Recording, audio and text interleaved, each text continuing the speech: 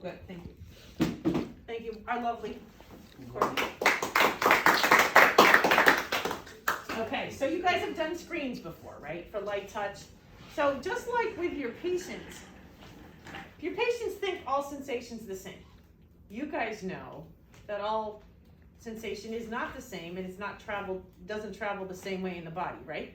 We have the anterior lateral system, which gives us coarse touch, tickle, and hot, cold, and thermal information, as well as pain, sharp, dull, right? Then we have the dorsal column system, which is proprioception and kinesthesia and vibration, right? And discriminative touch or fine touch. What's being touched where? So it's a much more precise system. We used to think that both of those systems work separately, and now we know that they really share information and work in collaboration with one another, okay? But there's still 80% or so of that information is carried on those particular tracks. And then just because you have sensory information doesn't mean that you can process it normally. Think about, for example, our patients with aphasia. They can hear you speaking to them, but they can't make, Charlie Brown's teacher? Wah, wah, wah, wah, wah. You can hear them speaking, but is there any meaning attached to it? So like in your sensory, like touch, just like hearing, we need to interpret the information that we're given, and that's proprioception. That's right, perception, not proprioception, but perception. Higher cortical sensory processing. Does that make sense? Okay. So when we have to sort of figure out what the person, first, is the person feeling? Can they figure out where they're feeling? And can they discriminate, is it the anterior lateral system problem, or is it intact? Is it a dorsal column issue? Is it intact? And is it a cortical processing issue? And is that intact? Now, we don't usually do a full sensory test for all of our patients. You guys know that. You only have 45 minutes to do an eval in the clinic. I can't do a full sensory screen. But for somebody who's had Guillain-Barré, you guys know what that is? Ascending, symmetrical, starting distally, working itself proximal, myopathy, I'm going to need to test all of it. My stroke patient, if they're able to answer me accurately, I'm going to be able to need to test it. They might actually be able to say yes or no, but you might have to give them an alternate way for them to contact you besides verbally. Does that make sense? Okay. But I still need to assess as best I can what's working, what's not working. So when we're doing sensory testing, like everything else, we're going to explain to the patient what we're going to do. We're going to demonstrate it, and in this case, we're going to pick one side of the body, which is going to be Courtney's involved side, and then I do everything first on the intact side so she knows what's coming, and then on the other side. If Courtney was a spinal cord patient, I would probably, because she would not feel on either side of the body all the way down, we don't know that yet, but you could also use the face to determine if she can tell the difference or not for baseline. Does that make sense? When we test sensation, you all guys know we always go from distal to proximal, right? Because the axons, if they're intact here, that means they're probably intact all the way up, correct? We're going to save ourselves some time. You guys know this already? Okay. So what have you done in your other labs? Sharp, dull, hot, cold, that kind of thing? Mm-hmm. Okay. So I'm going to put it all together for you first. So we're going to do the anterior lateral system, and then we're going to do the dorsal columns. Then we're going to do combined cortical sensation, which is the interpretation function. Okay? Courtney, are you comfortable? Yep. Okay, good. So Courtney, today what we're going to do is we're just going to do some tests to see what you're actually feeling, okay? And that means we can't have you use your eye. Your eyes can't see what I'm doing because then you would be cheating. Okay? Yep. So are you okay if you sit there with your eyes closed? Yep. Okay, so you don't have a problem with that. Nope. All right. So I'm just going to tell you guys, sometimes your patients, they might be too afraid. So if you're going to occlude their vision, you can take a piece of paper and ask them to hold the paper in front of their face as a barrier. Right? It says put on a blindfold, but I'm kind of thinking that if you're nervous, putting on a blindfold isn't necessarily going to make you less nervous. So I'll give them a towel or a piece of paper or maybe this lid and say, you can just hold this, and if you know, that way so that when I'm testing the legs that she can't see what I'm doing. Does that make sense, just for FYI? Okay. I'm not gonna make you hold the dirty cover. All right, so the first test I'm gonna do is light touch, okay? So Courtney, first thing I wanna do is, this is her intact side. And then I'm gonna do it with her non-intact side, okay? So Courtney, what I want you to do is, I'm gonna just touch you somewhere on your arm and you're just gonna say yes, okay? Mhm. Let me know when you feel this, okay? Close your eyes. Yes. Yes. Yes. Yes. Yes. Yes. Perfect. Good. Now I'm gonna open your eyes. Now I'm gonna touch you and you're gonna point to where I touch, okay? Okay. Now. And now. And now. Now. Now. Now. Now. And now. Good. So the first one was, does she feel? Which she did. The second one was, where did you feel? So the second one is tactile localization, is actually a little bit more of the dorsal columns as well. But it's easier to test them together. Does that make sense? Okay, you did great with that. Now we're gonna do it on this side, okay? Do you want me to act? You can do whatever you want. Okay. You're the patient, you're driving this. Okay, so Driving. Courtney, I'm gonna do the same thing on your left side as I did on your right, okay? So first, I'm just gonna touch you and you're gonna say yes when you feel me touch you.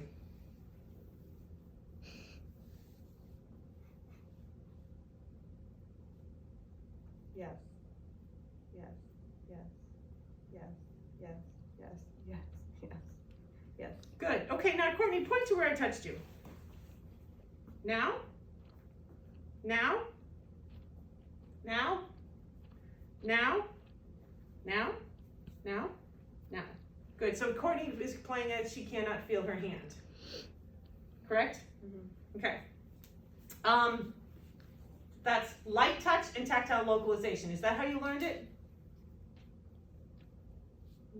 I'm seeing like a lot of, come on, fess up, tell me. We did some that was like, tell me if I'm touching you on the right or the left. Oh, we're gonna do that. That's combined cortical sensation. This Okay. is just, this is what I'm saying. You've got one big basket. I don't know if you know exactly what you're testing or not. Okay.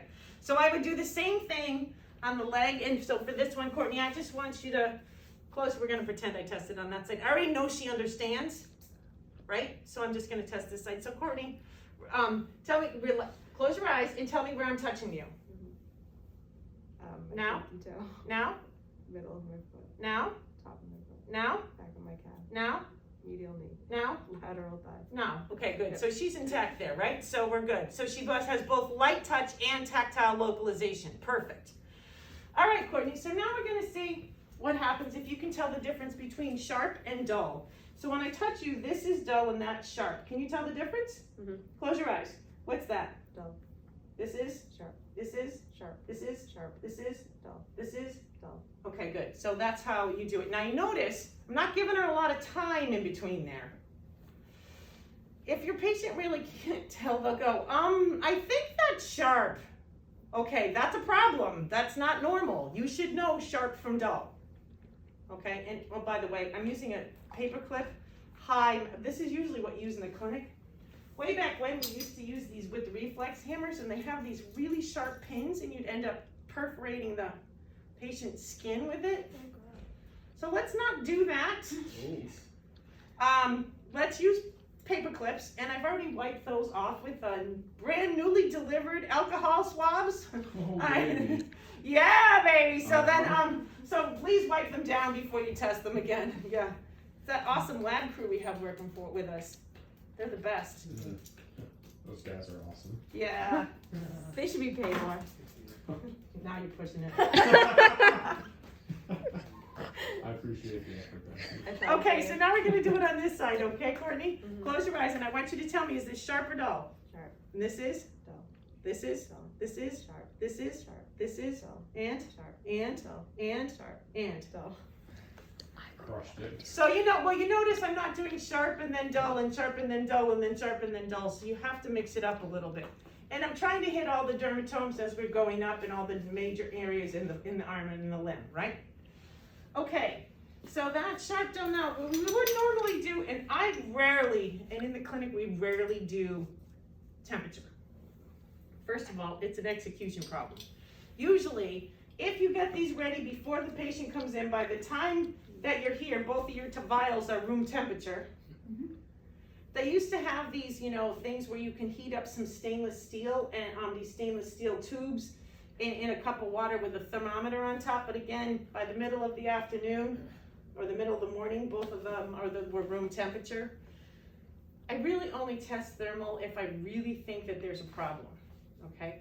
So this one you really get to pick which one you get to decide if it's hot or cold, because there's nothing in here. But so, first what we're gonna do now, Courtney, is I want you to tell me, is that hot or cold? Cold. And this is? Cold. Perfect, all right. Fabulous. So we're gonna do it on your leg this time, just for example. Okay, Courtney, ready? Close your eyes. You're gonna tell me if it's hot or cold. Cold. Hot. Hot. Cold. Hot. Cold. Hot. Hot. Cold. You get me. And you notice I'm flipping between the two, right? So, did you do that right? Yes. So we know that she's got tactile, she's able to identify light touch and thermal and sharp dose. So which system can I rule out as having a problem? Which one's good? LSTT is good. Oh. Anterior lateral spinal thalamic, right? Yeah. Because that's what the anterior lateral system is what carries pain and temperature and pain and temperature and coarse touch, right? We also thinking that the dorsal columns might be good because she was able to localize to discriminative touch, right? She was able to localize, but what do I need to test now to determine whether or not Courtney has an intact DCML? Pressure, vibration, Proprioception, I'm gonna do proprioception, kinesthesia, and I'm gonna do vibration. I'm gonna say it again, I rarely ever test vibration in the clinic, but I will do proprioception and kinesthesia. So Courtney, here's what we're gonna do. I know that this is her intact site. So Courtney, I'm gonna wiggle your toe up and down. You're gonna close your eyes. When I ask you, you're gonna tell me what position your toe's in, up or down. Okay, close your eyes. Up or down? Up. Up or down? Down. Up or down? Left. Well, that's my trick question. Good job. I do that too. I do that every time. Again, I do. Patients get a little nervous when you're doing stuff. So if you can do things that just kind of make them feel a little better, it's good. Okay. You're gonna do the same thing on this side, Courtney. Okay. Now notice, I'm not squishing her toe and pulling it and bending it up and down this way. I'm on the lateral border and I'm just bringing it up or down. Okay. Can you tell me up or down? Down. Up or down? Down. Up or down? Down. Perfect. Make sense? Okay, so Courtney, what I'm gonna do now is I'm gonna put this leg in one position and you're gonna this leg in one position and you're gonna make this one do the same thing, okay? So close your eyes for me and now make your other leg match this position. Can she do it? Now, that would be normal, okay? Is that proprioception or kinesthesia? Proprioception. Kinesthesia means they're moving. That's right. So don't mark it wrong. If Courtney was to do this, I put this one in this position and you say put your leg in the same position, that sometimes their interpretation is that that's normal. I don't count that as wrong because it's still in the same position. It's just not a mirror. Okay, do you get me? Mm-hmm. So that's kinesthesia, and then, proprioception, and then there's good old vibration. And vibration, I usually do this at the malleoli. You can do it at this ulnar stylate process. You can do it up at the elbow. I tend to do it usually I'm more concerned about the legs, so I do it on the malleoli, okay? So Courtney, what I'm gonna do is I'm gonna make this tuning fork buzz, and can you feel that? Mm-hmm. You're gonna tell me when you don't feel it, okay? When the buzz stops, okay? So close your eyes. Stop. Okay. That's how you would do that. So, that was that was your intact side. Let's try this side, okay, Courtney? Tell me when it stops. Stop. Okay. Does that make sense? Is it intact? Is there a problem with the DCML? No. Okay. So, we have a couple of other combined cortical sensations, which is the interpretation. So the information has to make it from the receptor, right? To the first order neuron in the posterior dorsal column, right? Either at the dorsal root ganglion and crosses over and goes up as the anterior lateral system, or to the dorsal columns at the fasciculus cuneatus and gracilis, right? They all go up to the VPL of the thalamus, and from the VPL of the thalamus go to the cortex. The cortex is what gives us our processing information. So Courtney, I'm gonna pick you with these two things. This is, do you guys know this? 2-point discrimination. I want you to tell me when you feel 2 points and when you just feel 1 point, okay? Mhm. What is that? 2. And this is? 2. And this is? 2. And this is? 1. Okay, open your eyes. One? One? You guys know that there's a chart for all this, right? With normative values for that. Again, as a physical therapist, I rarely ever do this. Now, you guys also know that it's really dependent upon the density of the receptors in the limb that you're looking at, so that the back, you can be like here, and they're like, oh yeah, that's 1. Okay. That's not something I do that often. There is something called graphesthesia. Okay, Courtney, I'm gonna write a letter on your back, and you're gonna tell me what letter it is, okay? B. Yes, very good, okay. Excellent, she's got graphesthesia. Now, Courtney, open your eyes, and I'm gonna put something in your hand. You're gonna close your eyes and tell me what's in your hand. A battery? Yes, stereognosis. If she doesn't have it, it's a stereognosis. So you understand there's an interpretation of what I'm feeling and giving it meaning. Do you understand the difference? Right? Between, it's not just, does she feel something in her hand, but can she cortically process and identify what the item is? So we use little batteries, keys, that kind of thing. Next one is, okay, Courtney, I'm gonna put two things in your hand, and I want you to tell me which one's heavier. This one. Yes. Pharyngosis. Okay, really simple tests. I rarely ever do these. Again, what I might do, and then there's bilateral simultaneous stimulation, and this is what you were saying. Can she perceive, when does she perceive, test extinction? Does she see 2 touches, or does she see both touches as 1? Do you get what I'm saying? So Courtney, I'm gonna touch you in 2, and you tell me where you feel it, okay? So close your eyes and tell me, where'd you feel that? Left. Where? Out. Here. Specifically where? Shoulder and elbow. Perfect. Okay. Now how about here? Shoulder, elbow. Good. And now? Knee, hip. Good. Ankle, hip. So is it the side, and which limb is she being touched? And she perceives all of those as 2 different places. Some people will perceive them as 1. That's extinction. Okay? And that's bilateral simultaneous stimulation. Again, not something I test on a regular basis. Now, to test dermatoma and myotomes, we have to test reflexes. Have you guys done reflex testing? Yes. Okay, so I'm not gonna show you that one, so I want you to get to the lab. But does that make sense to everybody? And that's probably similar as what you've seen before? Pretty much the same? Mm-hmm. But have you practiced it? Since A lab. little.